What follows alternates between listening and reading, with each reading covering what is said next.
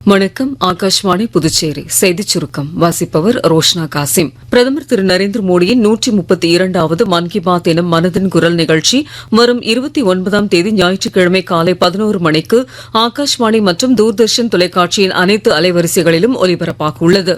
இந்நிகழ்ச்சியில் இடம்பெற வேண்டிய கருத்துக்களை பொதுமக்கள் நமோ செயலி, மைகவ் இணையதளம் மற்றும் 1800117800 என்ற கட்டணமில்லா தொலைபேசி வாயிலாக வரும் 27ஆம் தேதி வரை தெரிவிக்கலாம் என்று அறிவிக்கப்பட்டுள்ளது.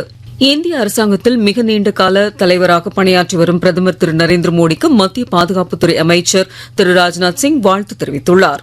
இந்திய விவசாயிகள் எரிபொருள் மற்றும் ஆற்றலை உற்பத்தி செய்யும் திறனை பெற்றுள்ளனர் என்று மத்திய சாலை போக்குவரத்து மற்றும் நெடுஞ்சாலைத்துறை அமைச்சர் திரு நிதின் கட்கரி தெரிவித்துள்ளார். புதுடெல்லியில் இன்று நடைபெற்ற நிகழ்ச்சி ஒன்றில் உரையாற்றுகையில் அவர் இவ்வாறு கூறினார்.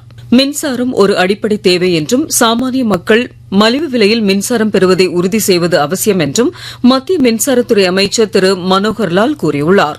புதுடெல்லியில் நடைபெற்ற பாரத் மின்சார உச்சி மாநாடு 2026 நிறைவு விழாவில் உரையாற்றுகையில் அவர் இவ்வாறு கூறினார். புதுச்சேரி யூனியன் பிரதேசம் மற்றும் கேரளா, அஸ்ஸாம் மாநிலங்களில் நடைபெறவுள்ள சட்டப்பேரவைத் தேர்தலுக்கான வேட்புமனு தாக்கல் நாளை முடிய உள்ளது.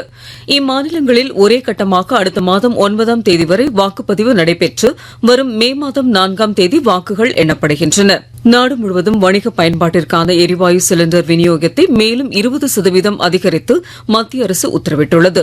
மேற்காசியாவின் பல நாடுகளில் ஈரான் நடத்தி வரும் தாக்குதல்களை G7 நாடுகள் வன்மையாக கண்டித்துள்ளன.